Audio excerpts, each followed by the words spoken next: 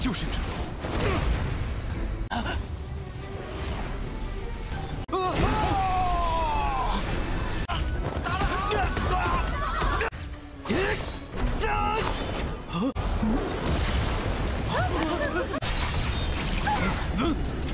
是会员，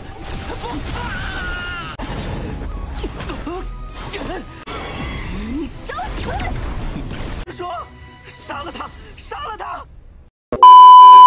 Guys, gimana kabarnya? Baik kan? Tentunya dong. Selamat datang kembali di channel Movie Klonal. Nah, kali ini Mimin mau memberikan cerita film Donghua yang terbaru nih guys. Donghua ini kali Mimin pilihkan yang baru rilis di tahun ini loh. Menceritakan 7 tahun yang lalu Pangeran Fana Lihan dan keluarganya dibunuh oleh 7 makhluk abadi. Ketika mereka sekarat, dia dan adik perempuannya Liao diselamatkan oleh alam dewa tak terbatas yang legendaris. 7 tahun kemudian Lihan kembali untuk membangunkan adik perempuannya. Dia harus terus meningkatkan kultivasinya sesuai dengan persyaratan alam dewa untuk melindungi rakyat jelata. Pembalasan dendam tapi skalanya jauh-jauh lebih rumit dari yang dibayangkan. Saat kebenaran terungkap sedikit demi sedikit, Lihan harus membuat pilihan antara balas dendam dan rasa syukur. Oke dah, tanpa berlama-lama lagi, langsung saja kita gas ke alur ceritanya. Let's go!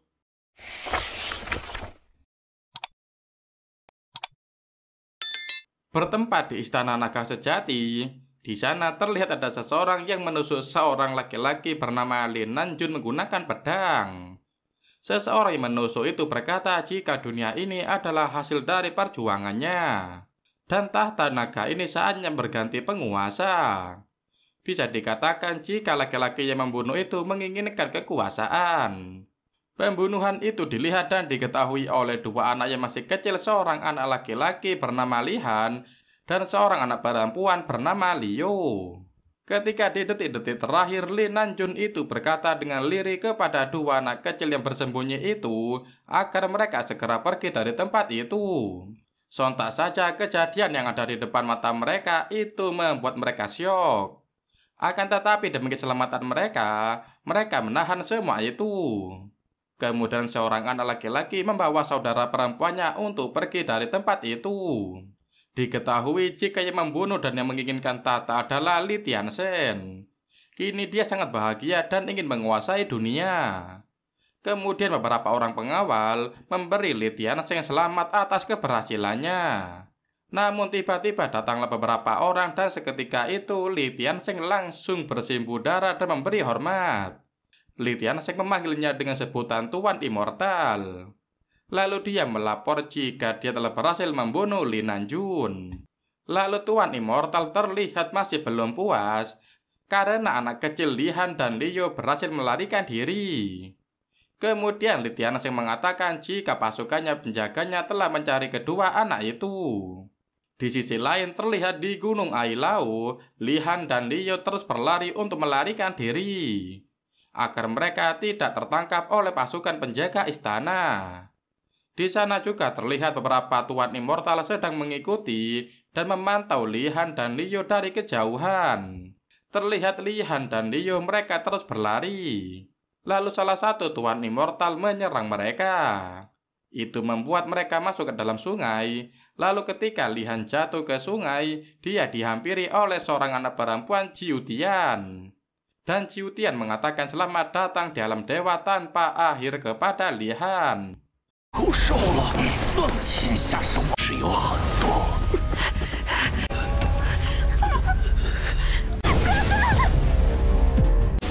斩！ Saat ini waktu menunjukkan 7 tahun kemudian, bertempat di istana Zhenlong terlihat ada seorang tahanan laki-laki tua yang disuruh berlutut. Tahanan itu berteriak dan mengatakan jika Li Tianzhen yang membunuh mendiang kaisar. Dan Li Tianzhen naik tahta secara paksa.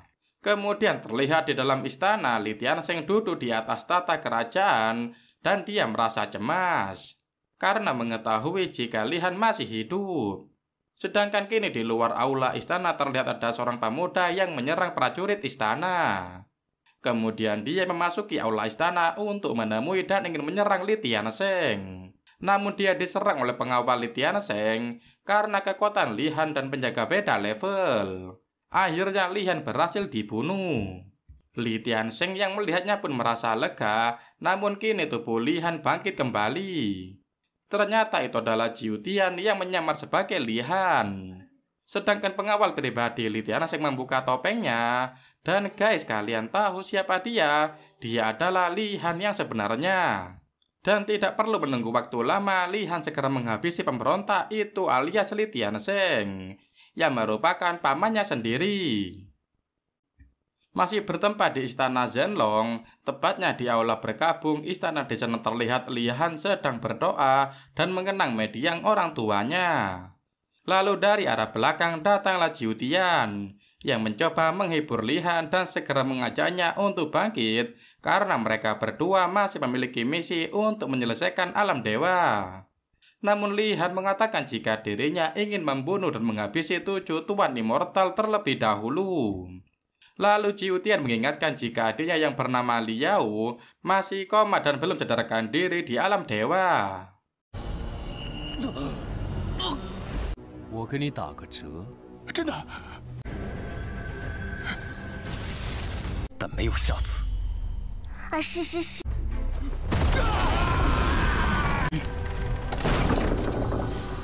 Kemudian karena kesalnya Jiu Tian lalu mengatakan jika dia adalah utusan dewa, sehingga dia dengan mudah untuk membunuh Li Han.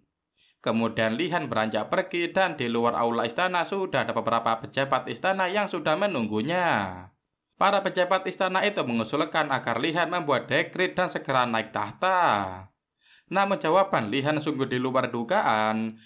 Dia mengatakan dan mengumumkan kepada seluruh penghuni istana jika dirinya ingin turun tahta dan ingin menjadi immortal.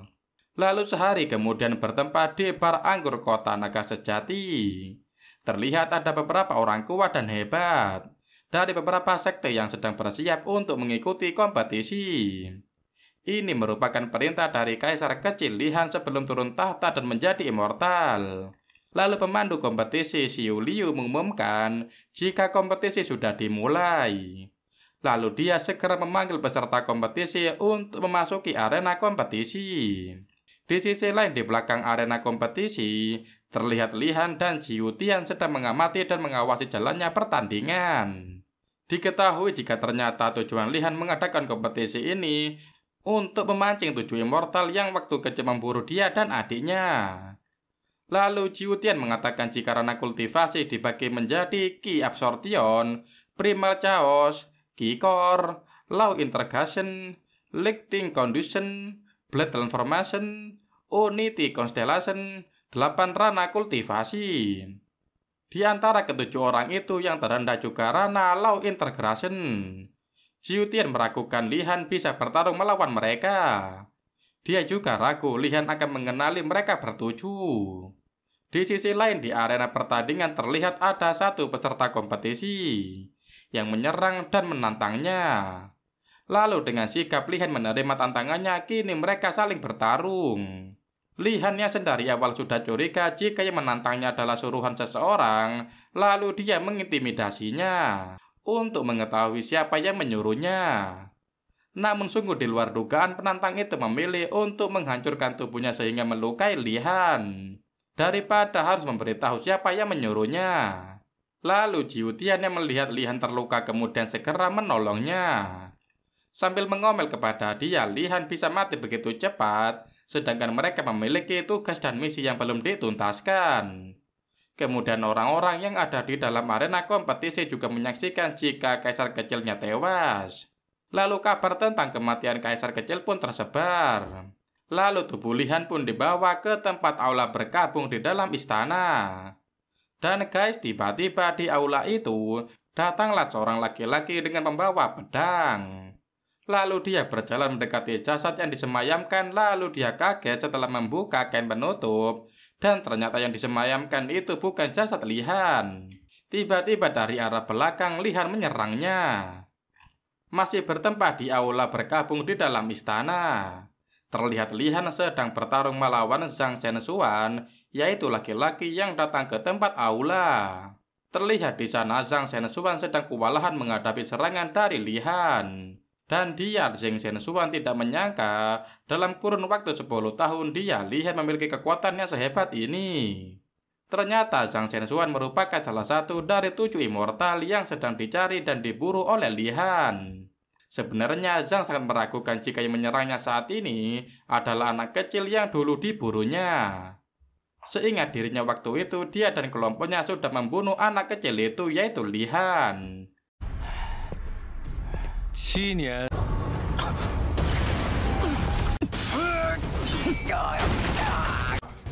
看来杂耍就是杂耍，肉。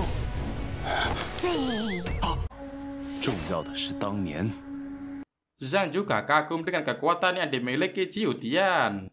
Dia berkata jika Jiu Tian memiliki teknik yang sangat mendalam, bahkan tak ada fluktuasi kekuatan spiritual.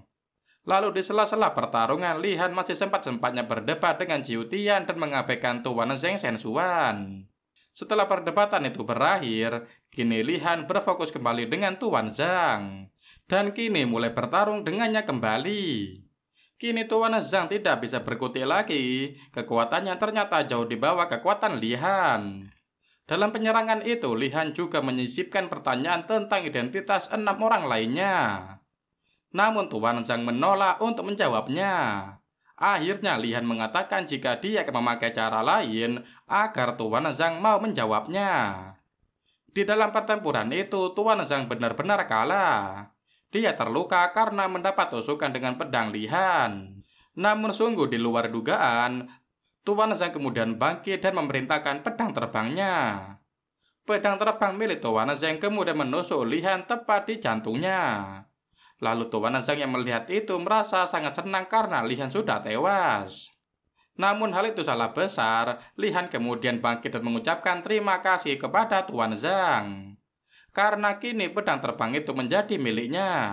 Benar saja sewaktu Tuan Zhang memanggil pedang itu tidak bereaksi. Tuan Zhang yang terlihat ketakutan dengan Li Han, kini dia meminta ampun kepada Li Han. Dia berjanji akan mengatakan semuanya dan akan menjawab semua perkataan Li Han. Benar saja Tuan Zhang menepati janjinya. Dia mengatakan dan menceritakan sebenarnya kepada Li Han. Di sini diketahui jika Tuan Zhang juga merupakan seorang korban. Dia melakukan semua itu atas perintah 6 immortal lainnya. Kini bertempat di kediaman Yizong. Di sana terlihat ada yang membacakan dekret dan dekret itu berbunyi jika jasad Perdana Menteri Zhang Yizong dalam memerangi pemberontak hari ini turun tahta untuk menjadi immortal dan memerintahkan Perdana Menteri Zhang Yizong untuk mengawasi negara. Di lain sisi terlihat Li Han dan Liu Jian sedang berada di dunia kultivasi. Mereka mampir ke kedai untuk minum. Di kedai itu, Li Han sempat melihat wanita cantik yang berjalan pergi dari kedai. Kini Li Han dan Liu Jian juga meninggalkan kedai dan meneruskan perjalanan mereka. Lalu mereka sampai ke sebuah batu nisan, dan di sana terdapat sebotol anggur untuk berdoa.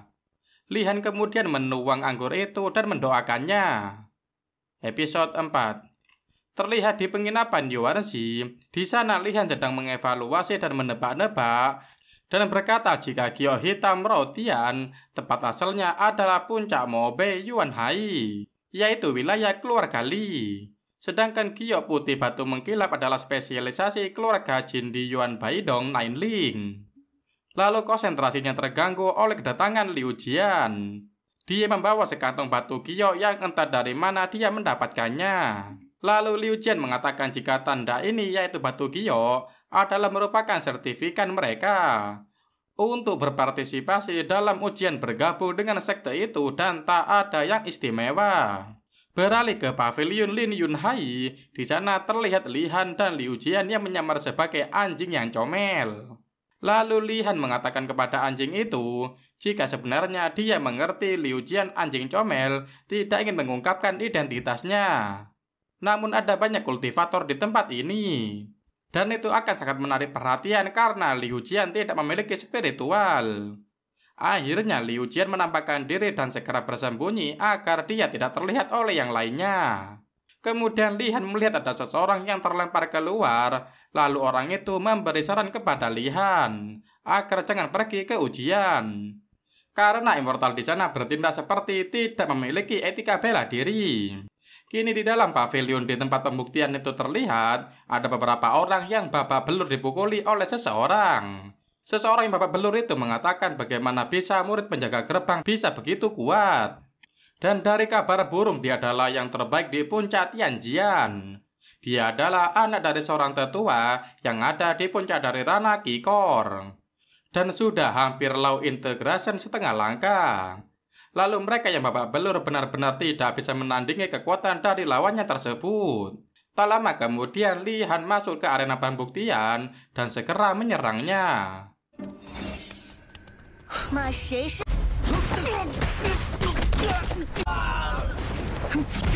反开，那我来试试。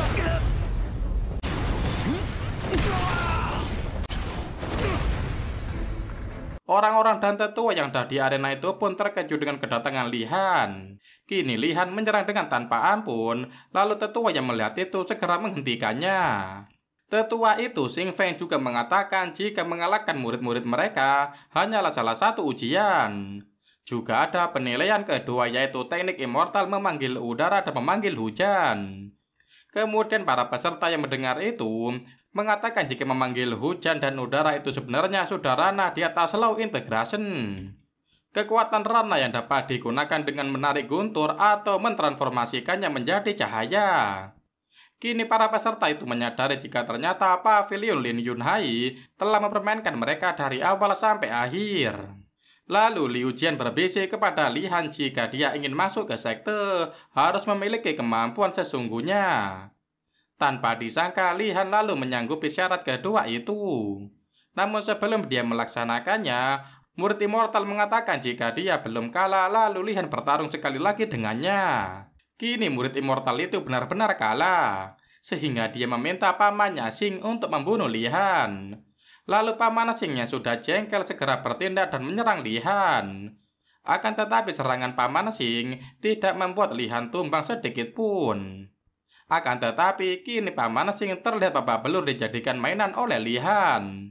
Di saat itu juga paman Xing terlihat mengomeli mereka berdua, Lihan dan keponakannya. Ternyata mereka bertiga ini sudah saling mengenal. Kini di arena pembuktian sudah berkumpul beberapa orang. Tetua menyambut mereka dan memberi selamat karena telah terpilih untuk mengikuti ujian terakhir. Dan juga mengatakan jika baru-baru ini monster tingkat tinggi muncul di area terlarang sektenya. Misi mereka kali ini adalah membunuh monster jahat itu. Orang yang mendapatkan 5 inti monster terlebih dahulu akan menjadi peringkat pertama dalam 3 ujian. Lalu tetua menyuruh untuk maju secara bergantian, karena hanya akan mengambil peserta 10 besar. Tetua Li Chuan juga memperingatkan jika ada bahaya-bahaya di wilayah terlarang. Dan jika terjadi kecelakaan, sekte tidak akan bertanggung jawab. Kini tetua Li Chuan mengumumkan jika ujian dimulai, lalu para peserta mulai memasuki area ujian itu. Di sini terlihat ada beberapa tetua sekte yang terlihat tidak senang terhadap Lihan. Mereka berharap di sini Lihan bisa tewas dimangsa oleh monster. Para tetua itu juga mengatakan jika siapapun yang berani menantang puncak Tianjian, mereka akan ditakdirkan mati tanpa tubuh. Kini terlihat para peserta sudah memasuki area ujian lembah Himinghe. Di sana nampak terlihat Lihan dan Liu Jian. Mereka berjalan menyusuri lembah itu. Di sisi lain terlihat wanita cantik dengan aura yang menyeramkan sedang mendeteksi jika dia atau di daerahnya terdapat tamu. Lalu dia meniupkan asap berwarna ungu, lalu asap itu memasuki mata Lihan. Di saat itu juga Lihan terhipnotis sehingga dia tidak merespon waktu diajak bicara oleh Liu Jian. Liu Jian yang mengetahui Lihan sedang terhipnotis pun membiarkannya. Dia kini bersiap untuk melihat pertunjukan yang akan terjadi. Terlihat kini Lihan sedang berjalan dengan tatapan mata kosong, dan di dalam penglihatan Lihan dia melihat keluarganya, yaitu kedua orang tuanya dan juga adiknya. Di dalam penglihatan itu Lihan terlihat sangat bahagia dan terharu. Dia juga mengucapkan terima kasih karena sudah diberi ingatan yang menarik. Lalu Lihan tersadar dan kini dia menyerang keluarga palsunya itu. Lihan sudah mengetahui jika itu semua merupakan ilusi. Akhirnya iblis atau monster itu menampakkan wujud aslinya dan kini dia mengakui jika Lihan tidak mudah untuk ditipu. Kini mereka pun menyerang Lihan, ternyata iblis itu tidak sendirian. Mereka memiliki banyak pasukan. Kini Lihan diserang dari berbagai arah, mulai dari alam pikirannya dan mengintip dendam masa lalu Lihan. Namun semua itu bisa dikendalikan oleh Lihan. Kini Lihan mulai menyerang iblis itu, dan ia sudah bisa ditebak, Lihan dengan mudah mengalahkannya. Sebenarnya Lihan prihatin dengan bentuk rubah itu. Dia menanyakan siapa sebenarnya yang tega menghentikan proses perubahannya. Sehingga kini rubah itu memiliki tubuh yang tidak sempurna. Di saat itu rubah melanjutkan untuk menyerang Lihan. Tapi lagi-lagi karena serangan dan kekuatan Lihan sangat lemah, hal itu tidak bisa melukai Lihan. Lihan sebenarnya sudah menawarkan bantuan. Dia ingin membawa siluman rubah itu untuk keluar dari lembah itu. Namun siluman rubah itu tidak mempercayai manusia lagi. Dan dia mengatakan jika dulu 1000 tahun yang lalu, Helen, Yin, dan Fuyi menjalin hubungan baik dengannya. Lalu mereka memotong ekornya dan menyegelnya. Lalu dia mengatakan jika dirinya keluar pasti akan menghancurkan pavilion Lu Yin Hai.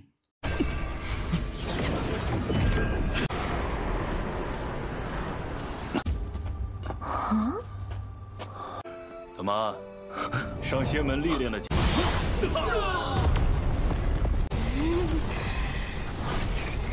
Masih bertempat di wilayah lembah Hades, di sana terlihat Lihan dan siluman rubah berbincang.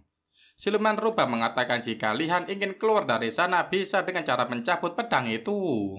Lalu dia bisa keluar. Namun dia memberitahu cara yang kedua, yaitu dengan cara membunuhnya. Namun Lihan mengatakan jika dia dan siluman rubah tidak memiliki dendam dengannya. Jadi tidak perlu memakai cara itu. Karena Lihan dinilai siluman rubah adalah orang yang baik dan berbeda dari orang lainnya, maka siluman rubah itu memberitahu sesuatu kepada Lihan. Dia berkata jika lembah Minghe merupakan tempat bagi pecundang di pavilion Lu Yin Hai dan tempat bagi para pemberontak. Mereka berbohong tentang orang yang mencabut pedangnya bisa menjadi master pavilion masa depan Lu Yin Hai. Setelah 1000 tahun tidak ada orang yang datang mencabut pedang itu. Namun kini Lihan segera beranjak dan mencabut pedang itu. Dia merasakan aura yang begitu kuat dari pedang itu. Lalu setelah dia berusaha lebih keras, akhirnya dia bisa mencabut pedang itu. Namun yang terjadi, dia kemudian terperosok dan jatuh sampai ke dasar lembah Minghe. Di dasar lembah Minghe itu dia melihat beberapa iblis dan siluman kecil. Lalu iblis itu bertanya kepada Lihan apakah dia bersedia untuk melawan iblis demi kebenaran dunia. Lalu Lihan menjawab jika dia tidak tertarik untuk membunuh iblis. Dia hanya tertarik dengan pedang itu dan setelah mendapatkan pedang itu dia pamit. Namun ketika Lihan akan beranjak pergi dari tempat itu, kedua iblis itu segera mencegahnya. Dan memprovokasi Lihan dengan mengatakan untuk apa dia hidup jika tidak membunuh iblis. Dan kekuatan iblisnya sangat kuat dan tak kalah dengan rubah di atas. Lalu pedang yang dibawa Lihan menunjukkan reaksi seolah-olah mengisyaratkan jika dia ingin dipakai untuk membunuh iblis. Akhirnya Lihan berhasil membunuh iblis itu. Lalu setelah satu iblis bisa terbunuh, Lihan berupaya untuk menahan pedang itu agar tidak membunuh lagi. Namun iblis-iblis itu tidak kehabisan akal. Dia mulai menghasut Lihan dengan ilusi-ilusi yang lain. Namun Lihan masih berusaha untuk menahannya. Ternyata iblis-iblis itu memiliki tujuan jika Lihan berhasil membunuh semua iblis dengan pedang itu, maka jiwa Lihan bisa mereka ambil dan mereka segel. Namun dia dengan sekuat tenaga dan kesadarannya menahan hasutan itu. Dan hal yang paling dihindari adalah membunuh dengan pedang itu. Kini pembunuhan tidak sampai terjadi, lalu akhirnya Liuhan mengeluarkan kekuatan dewanya, yaitu kebijaksanaan dan belas kasihan dewa. Lalu jiwa-jiwa yang terangkap di dasar lembah kini bisa terbebas. Lalu satu siluman tidak terima dan meminta dua iblisnya dikembalikan. Namun dia diserang oleh kekuatan dewa Lihan. Lalu Lihan mengatakan jika makhluk itu hanyalah seberkas obsesi dari Heliulin. Lalu dia dilenyapkan dengan mudahnya. Di sisi lain siluman rubah yang mengetahui segelnya sudah terbuka dan hilang. Dia pun sangat bahagia karenanya. Dia lalu bisa pergi dari lembah itu dan kini dia akan merubah tubuhnya secara sempurna. Liu Jian yang melihatnya pun ikut bahagia dan membiarkan rupa itu pergi. Tak lama setelah itu muncullah Lihan di atas permukaan lembah dengan kelelahan. 我再多说一句。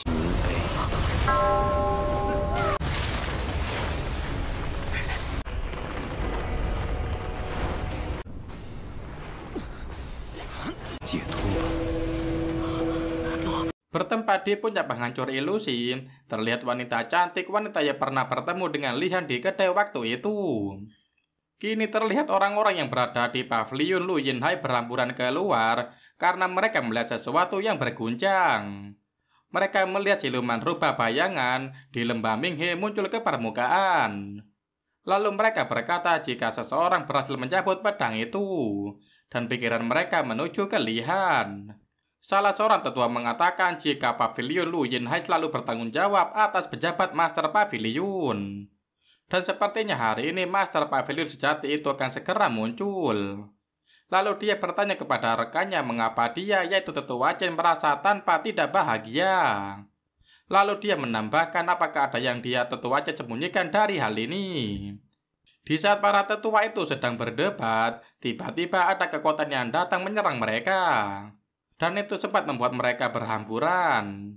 Kini diketahui jika kekuatan tadi berasal dari pedang yang dicabut Lihan. Dan kini pedang itu dan Lihan sedang berdiri di tengah-tengah para tetua. Tidak menunggu waktu lama, Lihan langsung menebas tubuh salah satu tetua pavilion. Lalu dia pun disambut dan beberapa tetua memberi salam dan hormat kepadanya.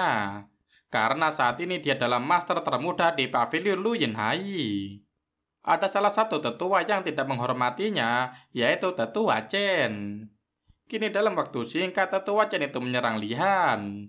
Namun karena kekuatan tetua Chen tidak kalah kuat, jadinya kini tetua itu terluka akibat diserang balik oleh Lihan. Kini para tetua yang lainnya yang mengakui Lihan sebagai Master Pavilion berlomba-lomba untuk meminta Lihan datang ke wilayahnya mereka masing-masing. Namun dengan kerendahan hati dan sedikit tipu muslihat, Lihan mengatakan jika dirinya saat ini adalah Master Pavilion. Akan tetapi statusnya saat ini masih murid percobaan dan belum diakui menjadi bagian dari sekte Pavilion. Mereka lantas menawarkan diri untuk menjadi guru atau pembimbingnya. Namun Lihan mengatakan jika dirinya sudah memiliki guru, dengan menunjukkan sebuah token Gyo putih kepada mereka. Lalu salah satu tetua itu mengatakan jika itu adalah token Gyo Master Puncak Penghancur Ilusi, Liotin Gyo dari Leng Huan. Namun salah satu tetua menyangkal hal itu. Dia mengatakan jika Master Puncak Leng tidak pernah menerima murid. Master Puncak Leng telah lama menjadi yang tertinggi dan meninggalkan dunia dan melupakan semua emosi. Lantas mereka bertanya kepada Lihan bagaimana dia bisa menjadi muridnya. Lalu Lihan berkila jika Master Leng yang dikenal mereka mungkin saja tidak sama dengan yang dikenal oleh Lihan. Lihan sedang membual dengan para tetua dan tiba-tiba ada suara seorang wanita. Lalu para tetua memberi hormat dan memberi salam kepada Master Puncak Leng. Dan ternyata Master Puncak Leng Huan ternyata seorang wanita. Lihan pun terkejut ternyata wanita yang ada di hadapannya adalah Master Leng. Ternyata dia teringat pernah bertemu dengan wanita itu di kedai teh tempo hari. Kini Master Leng Huan segera menarik dan mengajak Lihan pergi dari pavilion itu. Terlihat Lihan sedang memanggang kelinci dengan nikmatnya. Lalu dari arah belakang Master Leng mengatakan dengan kesal jika Lihan memanggang kelinci di padepokannya. Lalu Lihan menjawab dengan entengnya. Pertama-tama dia mengucapkan maaf dengan kultivasi Leng Huan terlalu hebat sehingga melupakan segalanya. Melupakan rasa lapar dan juga kedinginan. Dan lupa ada orang lain yang tinggal di luar rumahnya.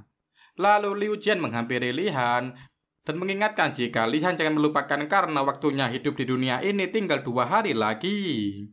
Namun Lihan mengatakan agar Liu Jian tidak terburu-buru. Dan dia meminta waktu untuk memanggang kelinci. Lalu dia juga mengatakan jika pavilion Lu Yinhai sangat diperlukan untuk umur panjang pil mujarab. Karena saat ini dia memiliki gelar Master Pavilion muda. Rasanya tidak sulit untuk mendapatkan pil itu. Saat ini siluman rupa juga telah datang dan menghampiri mereka. Lalu siluman rupa itu mengatakan, ras manusia sangat menjengkelkan. Dulu ribuan tahun yang lalu dunia luar masih dipenuhi oleh keprimitifan di mana-mana. Sekarang mereka semua sudah menjadi sekte manusia. Dan ketika seorang manusia melihatnya, mereka berteriak ingin membunuhnya. 你本事大着呢！无耻的人族！不过时间也……我就喊打喊杀，我不回来等等。给我一只兔子的事情。 Lalu rupa itu mengatakan jika dirinya ingin kembali dan bergabung dengan timnya Lihan sebagai salah satu bentuk untuk bertahan hidup di dunia manusia. Lalu Lihan mengabaikannya dengan mengatakan dia sendiri saja tidak tahu cara untuk melindungi dirinya. Bagaimana bisa dia melindungi rupa itu? Lalu Lihan melepaskan rupa itu. Namun hal itu segera dicegah oleh Liu Jian. Dia segera mengambil kembali si rubah.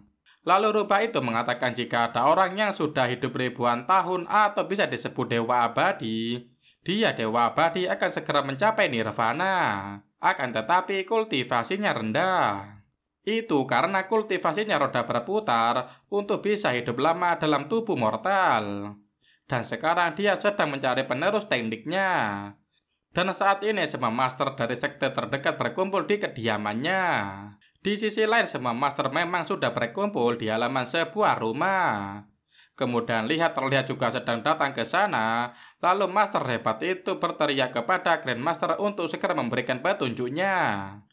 Lalu Lihan dari arah belakang langsung menuju ke kediaman Grandmaster dengan melewati master-master yang ada di depannya. Kemudian master-master itu protes, kenapa Lihan tidak mengikuti aturan. Ketika ada salah satu master yang berusaha menyerangnya, Lihan segera membunuh master itu. Dan itu membuat master-master lainnya merasa geram. Lalu mereka berinisiatif untuk menyerang Lihan secara berkelompok. Lalu terjadilah perkelahian itu, namun dengan mudah Lihan mengalahkan mereka semua.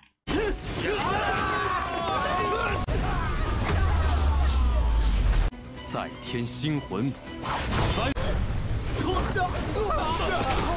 阁下敢视江湖规矩如无物。 Kemudian terlihat pintu Grandmaster terbuka dan dia mengundang Lihan untuk masuk ke kediamannya. Lalu Lihan membuka topeng dan segera memenuhi undangan Grandmaster itu. Dia segera memasuki kediaman Grandmaster dengan didampingi Liu Jian di samping. Lalu mereka bertemu dengan Grandmaster dan yang dimaksud adalah seorang biksu tua renta. Badannya kurus kering, tinggal kulit dan tulang saja. Dan nafasnya juga tinggal sedikit. Lalu biksu itu menceritakan jika hidupnya sudah tidak lama lagi. Dia harus segera menurunkan ilmunya kepada seseorang yang mirip dengannya. Terlihat di kediaman Grandmaster kini datang seorang master dari sekte Pavilion. Lalu salah satu seorang master mengatakan kepada Master Pavilion jika pengacaranya sudah dimulai. Kecuali biksu tua itu mati, kalau tidak maka tidak ada yang bisa masuk ke kediamannya. Kini terlihat di dalam kediaman biksu tua itu, dia sedang menurunkan ilmunya kepada Lihan. Dengan mengatakan bahwa metode ini hanya bisa membalik halaman pertama. Namun halaman pertama juga bisa mencerahkan selama 500 tahun. Biksu itu percaya jika Lihan dapat memahaminya sebentar lagi. Seperti yang diharapkan dari orang yang ditakdirkan. Lalu Liu Jian yang berada di samping Liu Han mengatakan jika halaman pertama dari teknik milik Sain Pedang namun sebenarnya bukan teknik pedang. Akan tetapi itu adalah metode panjang umur. Beberapa saat kemudian Lihan bangkit dari duduknya. Lalu dia berkata jika dia tidak merasakan apa-apa. Dan itu dikuatkan dengan pertanyaan Liu Han jika memang benar masa hidup Lihan tidak bertambah. Liu Jian sampai menanyakan apakah Lihan belajar dengan sia-sia. Lalu Liu Jian mengatakan jika metode panjang umur ini tidak berguna. Jadi pertunjukannya saat ini Lihan hanya memiliki waktu 1 jam untuk hidup. Lalu biksu tua itu mengatakan jika semua itu sudah kehendak langit. Biksu itu bisa melihat Liu Jian, lalu Liu Jian bertanya apakah saat bertemu dengan Sain Pedang, biksu itu melihat orang sepertinya Liu Jian. Lalu biksu itu menjawab tidak. Namun Sain Pedang menyebutkan ada seseorang yang selalu menjaganya. Lalu Liu Jian mengabulkan permintaan biksu itu. Lalu biksu itu terlihat ketakutan dalam penglihatan dan kesadarannya. Dan beberapa saat kemudian dia wafat. Kini setelah semua orang mengetahui jika biksu sudah meninggal, beberapa master lalu menyerang Li-Han dan meminta Li-Han untuk menyerahkan metode memutar roda. Kemudian perkelahian pun tak bisa terelakkan lagi.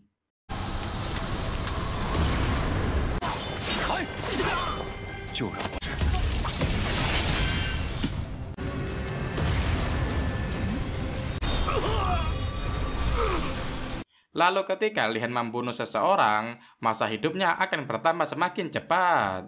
Ternyata keajaiban keabadian adalah menelan kehidupan. Jadi semakin banyak membunuh, maka semakin lama hidupnya Li-Han.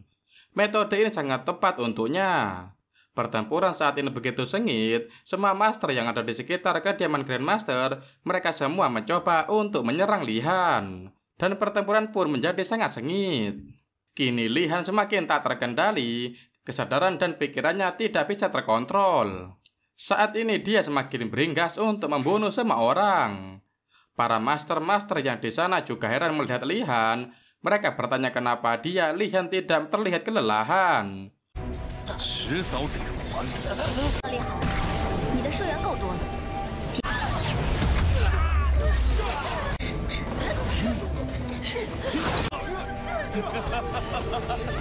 Padahal sudah bertarung dan membunuh begitu banyak orang.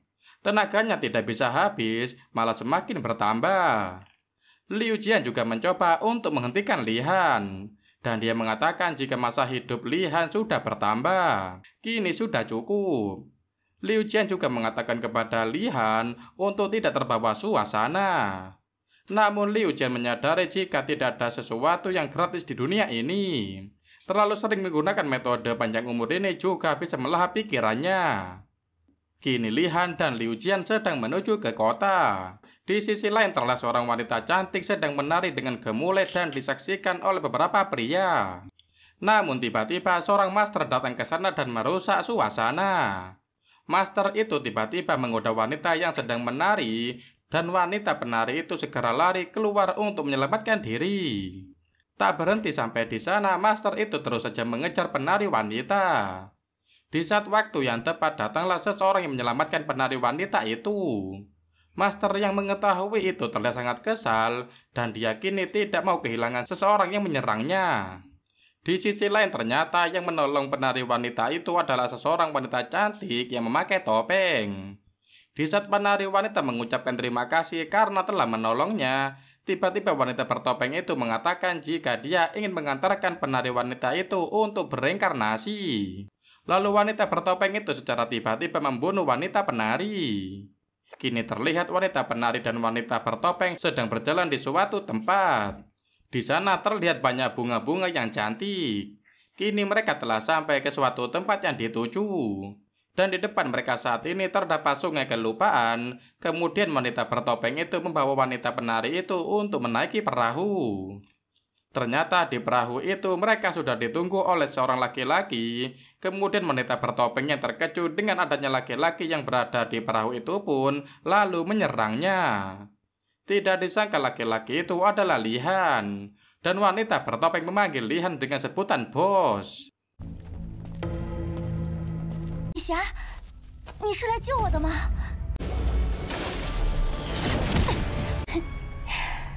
功力舰长啊！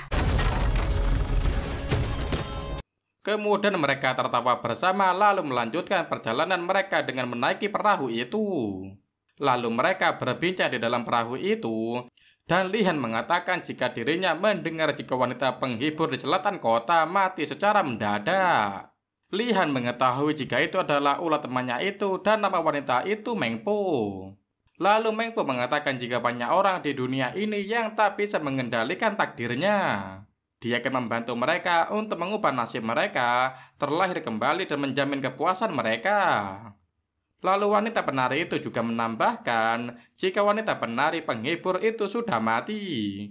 Dan kini yang tersisa adalah gadis miskin tapi hidup dengan tenang.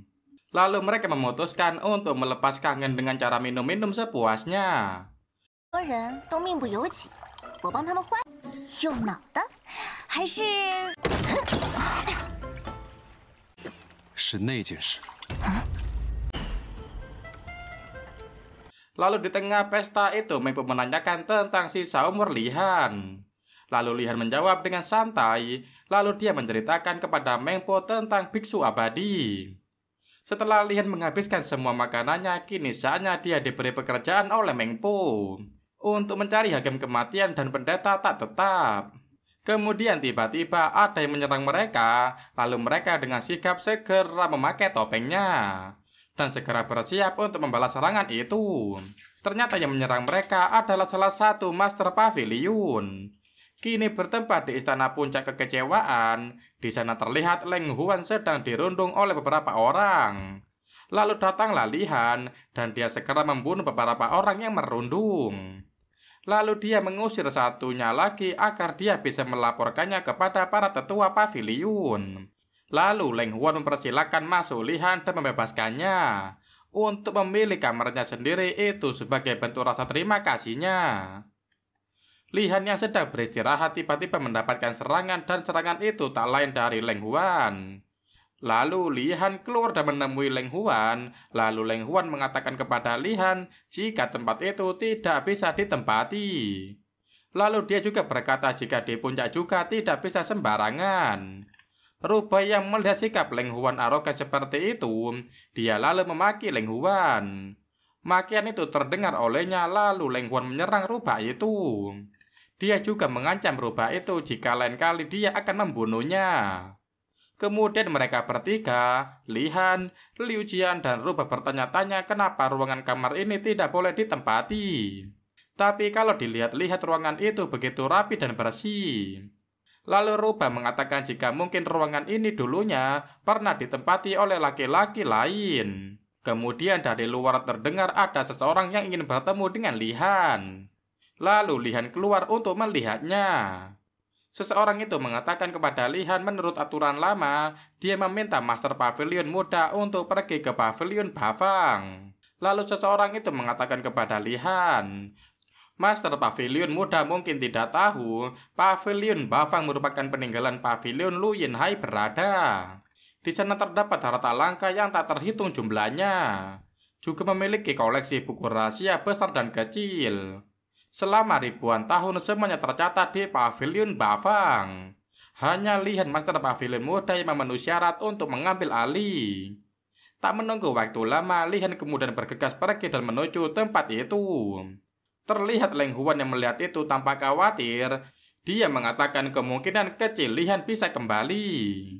Kini sampailah Lihan dan seorang utusan itu ke sebuah tempat yang dituju. Lalu Lihan mengobservasi lingkungan sekitar. Dia mengatakan di lingkungan itu sama persis dengan di bawah Danau Heming. Lalu utusan itu mengatakan jika mereka sudah sampai dan meminta Lihan untuk memasuki tempat itu. Ketika Lihan mulai berjalan untuk memasuki tempat itu, seorang utusan yang mengantaranya menyeringnya mencurigakan. Hal itu diketahui oleh Lihan. Lalu Lihan bertanya kenapa dia tersenyum seperti itu. Lalu dengan gelagapan utusan itu beralasan jika dirinya senang karena Master Pavilion muda mengambil alih Pavilion Bafang. Kemudian Lihan kembali bertanya utusan dari puncak mana. Kemudian utusan itu menjawab jika dirinya dari puncak Beihua. Kemudian Lihan berjalan untuk memasuki Pavilion Bafang. Di dalam sana dia sudah lama menunggu orang-orang yang ingin berurusan dengannya. Saat yang ditunggu-tunggu sudah tiba, kini serangan sudah datang.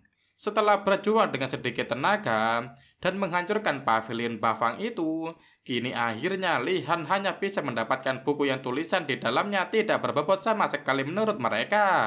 不死不休，你可小心啦！罢了，也不能，只要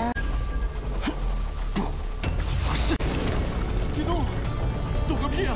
给我破！ Akan tetapi kata si rubah, kertas yang ada di buku itu terbuat dari serat es dari ulat dingin. Dan itu adalah barang bagus dan langka.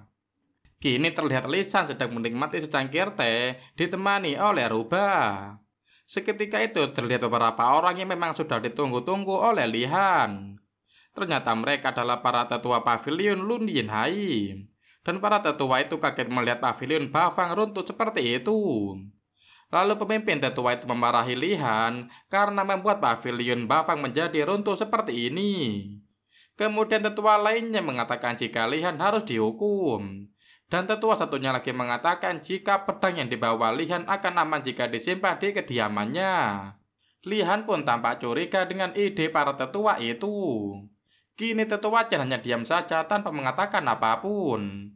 Tiba-tiba ada pelayan yang dengan sengaja menghampiri tetua Chen, dan pelayan itu berkata jika dia diminta tetua Chen untuk membantu mengelabui Lihan ke pavilion Bafang. Dan sebagai imbalannya tetua Chen akan memberikannya harta pusaka berkualitas tinggi. Lalu pemimpin pavilion berkata kepada tetua Chen jika ternyata belakangan ini dirinya secara terang-terangan maupun diam-diam bertanya kepadanya tentang pavilion Bafang. Ternyata pemimpin tetua baru menyadari ternyata itu untuk menjebak master pavilion muda. Namun seperti biasa tetua Chen mengelaknya. Kini tetua Chen membunuh pelayan itu di depan semua tetua dan juga Lihan. Setelah para tetua menghakimi dan memojokkan tetua Chen, kini barulah dia mengakui jika dia benar ingin membunuh Lihan. Karena Lihan sudah membunuh anaknya. Dan kini dia ingin membalaskan dendam anaknya. Kini tetua Chen menyerang Lihan, sebenarnya sempat dicegah oleh pemimpin tetua Li.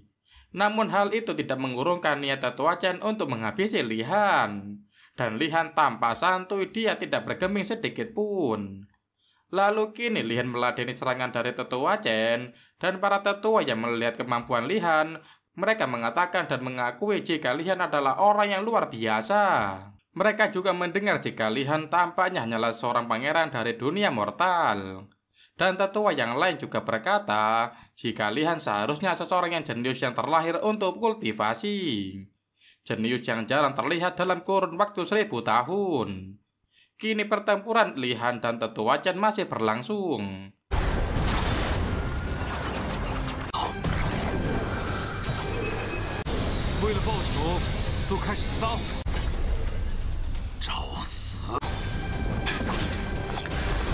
Pertempuran itu terlihat sangat sengit, kemudian 3 tetua lainnya tidak mau ikut campur dalam pertarungan ini. Mereka memilih untuk meninggalkan pavilion Bafang. Mereka juga mengetahui jika umur tetua Chen tidak lama lagi, dan dia tetua Chen akan segera mati. Kini tetua Chen berupaya semaksimal mungkin dengan membakar masa hidupnya untuk langsung meningkatkan kultivasinya. Benar saja, kini Lihan benar-benar sampai melumpuhkan tetua Chen.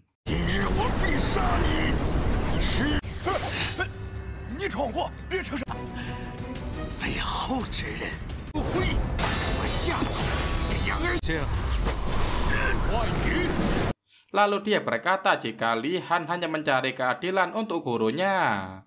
Hal itu didengar oleh para tetua. Akhirnya para tetua itu mengizinkan Lihan untuk memusnahkan tetua Chen. Lalu Lihan mengintimidasi para tetua lainnya. Jika sesekali lagi mereka melakukan hal itu, Lihan tidak akan segan-segan memenggal dan menghancurkan mereka. Waktu menunjukkan 7 tahun yang lalu, di sana terlihat Leng Huan, guru abal-abal Lihan. Leng Huan sedang berlatih dan dia mengeluh kepada gurunya. Karena bunga selalu hancur ketika terbentuk. Guru Leng Huan bernama Sun Songxing, dan kelihatannya Leng Huan terpesona terhadap ketampanan gurunya. Si guru lalu mengajarkan untuk mengubah yang ilusi menjadi nyata. Adalah sesuatu yang mustahil. Tetapi ketua Leng Huan ingin melangkah lebih maju untuk mengikuti hatinya adalah hal yang tidak mungkin. Akan menjadi mungkin. Lalu guru itu memberikan bunga kepada Leng Huan. Leng Huan terlihat tersipu malu menerima bunga itu. Kini mereka berdua dikagetkan dengan adanya suara, namun sang guru memerintahkan agar mereka tetap di situ saja dan tidak beranjak kemanapun. Itu hanya sepenggal kenangan dan lamunan dari Leng Huan mengenai gurunya. Sedang asyik melamun, dia dikagetkan dengan suara yang sangat keras, dan itu adalah suara Lihan. Dia berkata jika dia sudah berkontribusi untuk puncak Huan Mi, dan dia juga sudah menyinggung beberapa orang. Walaupun dia tidak mendapat imbalan, dia akan tetap berusaha keras. Hanya untuk sebuah botol saja, dia tidak akan tega untuk mengusirnya, kan? Kelihatannya dia sengaja melakukan itu, dan semua perkataan itu dia tunjukkan untuk Leng Huan. Kini usaha Lihan membuahkan hasil. Leng Huan mendatanginya ke kamarnya Lihan, dan Lihan terlihat sedikit takut. Dia takut kalau diusir kembali. Namun kali ini Leng Huan bersikap lembut. Dia juga tidak menunjukkan emosi apapun. Kemudian dia mengizinkan Lihan untuk menempati kamar itu. Sontak saja reaksi Leng Huan yang begitu datar membuat Lihan, Ruba, dan juga Liu Jian kaget. Kini terdengar suara aneh dari luar. Namun Lihan menyebut nama Meng Po. Lalu Lihan bergegas pergi, dan kini diketahui Lihan sedang menemui temannya pelayan pavilion. Lalu Lihan menowel bokong pelayan itu dari belakang. Kemudian Lihan berkata jika dengan Meng Po menyamar jadi seorang laki-laki, dirinya dikira tidak mengenali Meng Po. Lalu pelayan pavilion itu mengatakan jika dirinya memang benar-benar seorang laki-laki. Lalu keduanya bengong. Kemudian pelayan pavilion itu lari karena malu, dan kini Meng Po yang asli muncul di samping Lihan. Kini Meng Po berkata jika sudah beberapa hari tidak bertemu. Kini Lihan tidak bisa mengenalinya. Kemudian mereka bicara serius. Meng Po mengatakan jika masalah harta karun itu tidak penting lagi. Yang terpenting saat ini adalah kompetisi 7 puncak yang akan diadakan 3 hari lagi. Dan puncak Huan Mi akan hilang selamanya. Lalu Meng Po melanjutkan perkataannya, Pavilion Lun Yin Hai sebenarnya adalah sekte gabungan dari 7 sekte. Meskipun Hai Lun Yin bertarung melawan 7 sekte dan menaklukkan mereka, tapi dia tidak memutuskan garis keturunan mereka. 没把秘宝和衣钵传给你师傅。唉，感情淡了。少阁主，弟子就是大成的东西，便是秘宝。在。怎么说？轮音。 Karena itu, hal yang mewakili penguasaan teknik dari masing-masing puncak adalah harta karun. Sedangkan puncak Huan Mi tidak memilikinya. Karena sebelumnya Guru dan Leng Huan tidak memberikan harta karun dan warisannya kepada Leng Huan. Dari desas-desus yang beredar, Leng Huan memiliki hubungan yang spesial dengan gurunya itu. Kini mereka sedang mencari harta karun dari Guru Leng Huan. Mereka mencarinya sampai ke tebing dan kini mereka berteleportasi ke dimensi lain. Mereka kini sampai di puncak pavilion Huan Mei yang sesungguhnya. Kini mereka berdua memasuki tempat itu, dan di sana mereka mendapati ilusi gurunya Leng Huan. Guru itu berkata jika dia pikir membiarkan Leng Huan untuk menjalani hidup yang biasa adalah hasil yang terbaik. Namun tak disangka jika sampai saat ini Leng Huan masih terlalu terobsesi mengejar gurunya sampai ke pavilion itu. Ketika Leng Huan mendekati gurunya lalu memberikan dan mewariskan Leng Huan sebuah teknik kepadanya.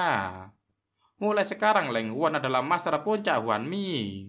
Lalu guru itu memberikannya kepada Leng Huan.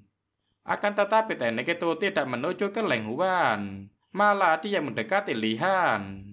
Dan sekarang Lihan yang memiliki teknik itu. Di sisi lain, Liu Jian mengetahui jika itu adalah kekuatan dewa. Tapi seharusnya di dunia ini hanya ada 2 kekuatan dewa. Lihan yang sudah menerima kekuatan itu di dalam tubuhnya, lalu mencoba kekuatan baru itu. Dan dia bisa memerintahkan bunga untuk mekar, dan itu terjadi.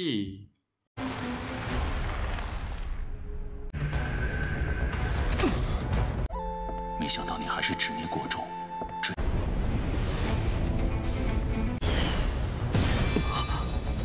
Kemudian Leng Huan yang melihat itu terjadi di depan matanya pun berkata dalam hati, dia Lihan hanya melambaikan tangannya dengan santai, tapi lebih kuat daripada yang gurunya lakukan dengan sepenuhnya. Di sisi lain, Liu Jian juga mengatakan hanya kekuatan dengan asal yang sama yang bisa menguasai teknik itu. Lalu ilusi guru Leng Huan berpesan bahwa dia mempercayakan pavilion puncak Huan Mi kepadanya. Dan kekuatan itu harus digunakan secara hati-hati. Lalu ilusi gurunya itu pun menghilang setelah mengatakan semua itu. Lalu ketika Lihan merasa tempat itu akan segera runtuh, dia lalu mengambil botol karena memang itu yang dia perlukan. Sambil menarik tangan Leng Huan, mereka kini kembali ke pavilion puncak Huan Mi. Setelah mereka sampai di tempat yang aman, kini Leng Huan mengatakan kepada Lihan jika dia harus berhati-hati karena itu adalah rahasia dari puncak Huan Mi. Walaupun itu hanya sebuah botol, itu berasal dari ketiadaan. Saat menyentuh tanah, itu akan menjadi nyata. Apapun yang diambil dari alam ilusi, bahkan sehelai bulu itu akan menjadi harta rahasia. Lalu Lihan dengan cerobotnya mengatakan harta orang lain bersinar begitu indah. Mana mungkin cuma ambil botol, lebih baik mengambil paha ayam yang lebih bagus. Dan ya, dalam sekejap botol itu berubah menjadi paha ayam, sesuai dengan perkataan Lihan. Lalu Leng Huan mengatakan kepada Lihan jika dirinya kini telah mewarisi teknik dari puncak Huanmi. Kini ada dua hal yang perlu dia lakukan, yaitu untuk memenangkan kompetisi 7 puncak dan satu hal lagi. Lalu Leng Huan dengan sikap memohon, dia ingin diajari cara merubah ilusi menjadi kenyataan. Kini Lihan sedang bersantai di paviliun, dan dia sedang memikirkan tentang ilusi token yang dimilikinya. Lalu dia dikagetkan dengan seseorang yang menyapanya, dan dia sedikit menggodanya. Ternyata itu adalah Meng Po yang sedang menyamar. Secara singkat cerita, Meng Po memberikan informasi tentang siapa yang membuat token itu. Kini terlihat kompetisi pun dimulai, dan beberapa perwakilan dari 7 pavilion sudah datang ke kompetisi itu. Terlihat di sana Leng Huan sedang dirundung oleh beberapa peserta kompetisi dari pavilion lainnya. Dan dia, Leng Huan, hanya membiarkannya saja. Namun tidak dengan Lihan, dia membalas semua perkataan-perkataan itu. Lalu wanita yang merundung Leng Huan, yaitu Jian Shuye, itu mengatakan jika kompetisi 7 puncak awalnya dimaksudkan agar setiap puncak membawa harta rahasia mereka untuk saling bertarung. Dan itu untuk menguji kekuatan bela diri mereka. Ini adalah aturan dari Master Pavilion sebelumnya. Karena Lihan merasa jengkel, dia akhirnya mengeluarkan dan menunjukkan harta rahasia Pavilion Huanmi. Mereka yang melihatnya hanya bisa mencemooh karena itu hanya berupa botol rusak saja. Lalu Lihan mengatakan jika di puncak Baihua, semuanya bisa menjadi harta rahasia. Mereka semua mengatakan Master Pavilion muda tidak mungkin berbohong. Jika dia mengatakan itu adalah harta rahasia, berarti itulah kenyataannya. Lalu salah seorang mengatakan untuk membawa rahasia hartanya untuk dibawa ke arena kompetisi, agar murid tak beradab bisa melihatnya. Seketika itu, Lihan segera meluncur maju ke depan arena kompetisi. Di sana dia mengumumkan jika dirinya adalah Master Puncak Huanmi. Kemudian mereka lalu Lihan mengatakan bahwa kemarin gurunya sudah menyerahkan posisi Master Puncak kepadanya. Kemudian beberapa orang memasuki arena kompetisi dan menyerang Lihan. Namun hanya dengan lambaian tangan mereka bisa langsung tewas.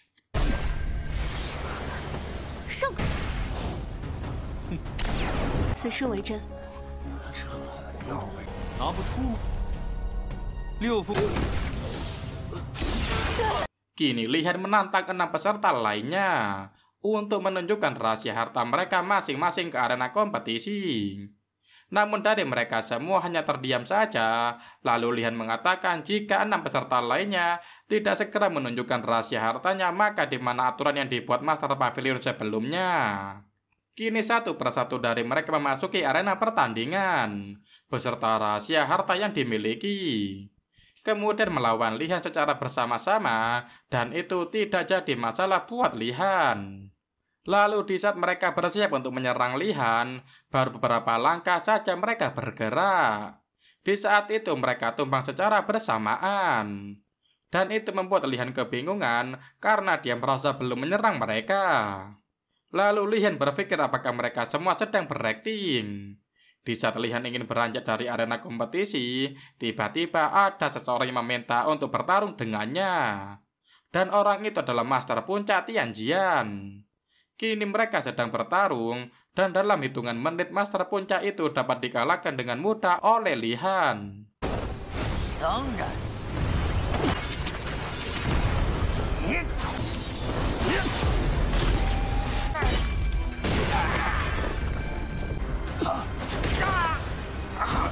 Dan harta rahasianya juga hancur berantakan.